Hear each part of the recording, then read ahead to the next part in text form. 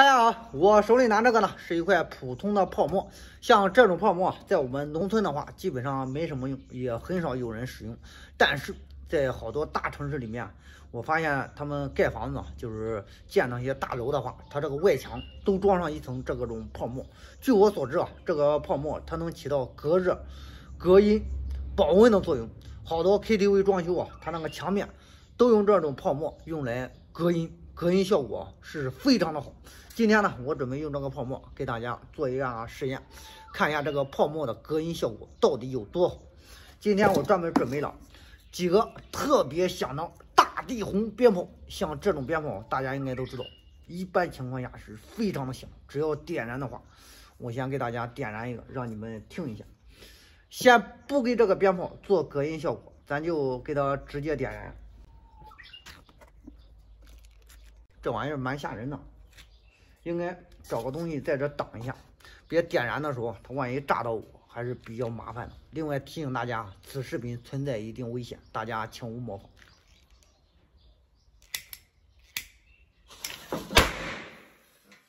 我去，大家听到没有？是不是特别的响？这里还有几个鞭炮，咱把这个鞭炮直接 装在这个泡沫里面，然后把这个口啊给它封住，等于是把这个泡沫直接封闭在这个泡沫里面，然后给它进行点燃。咱看一下这个泡沫能不能把这个鞭炮的声音啊给它消掉，就是隔音。我给它准备了5个这种特别响的鞭炮，刚刚燃放了1个，还有4个。咱把这4个给它固定一下，用这种热熔胶直接给它粘到一起。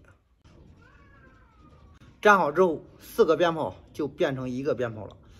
由于今天我找这个鞭炮呢，它这个引线比较短，咱必须把这个引线给它加长。今天专门找了一根绿色的，就是点燃的话，它这个燃烧速度特别的慢，这种还是比较安全的。咱把它这个比较短的引线用这个绿色的引线全部给它连接一下。 粘好之后就是这样的。现在它这个4根引线我全部给它连接在一起了。这个泡沫这里刚好有一个孔，咱把这个鞭炮直接安装在这个孔里面。哎，你还别说，刚刚好能装进去。看到没有？刚好装下这4个鞭炮，然后咱把这个口给它封一下，也整点这种泡沫。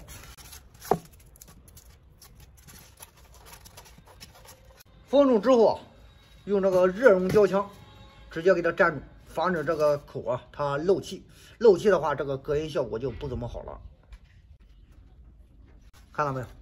全部用热熔胶枪把这个口全部给它封闭起来。现在这4个鞭炮在里面呢，等于就是给它做了一个特别好的消音。 咱现在马上开始点燃这个鞭炮看一下这个消音效果怎么样。另外提醒大家，此视频存在一定危险，大家请勿模仿。点燃之后，赶快跑，站到一边去。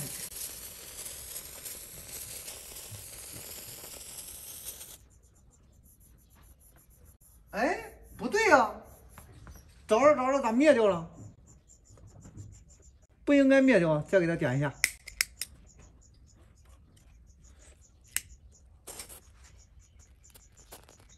哎，这个引线有毛病吗？刚刚这个绿色的引线遇到这种热熔胶它好像是到这里就点不着了。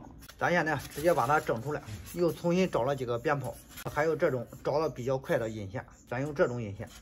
现在泡沫上面那个热熔胶呢已经干掉了，咱现在直接点燃这个引线，看一下这个消音效果怎么样。 这个引线着的太快了，大家看到没有？这个引线着的是非常的快，不过着到这里，它咋又灭掉了？这玩意儿这么不给力啊！整的蛮吓人了，主要这个引线着的太快了，瞬间是不是？点燃之后赶快跑，太危险了！着啊！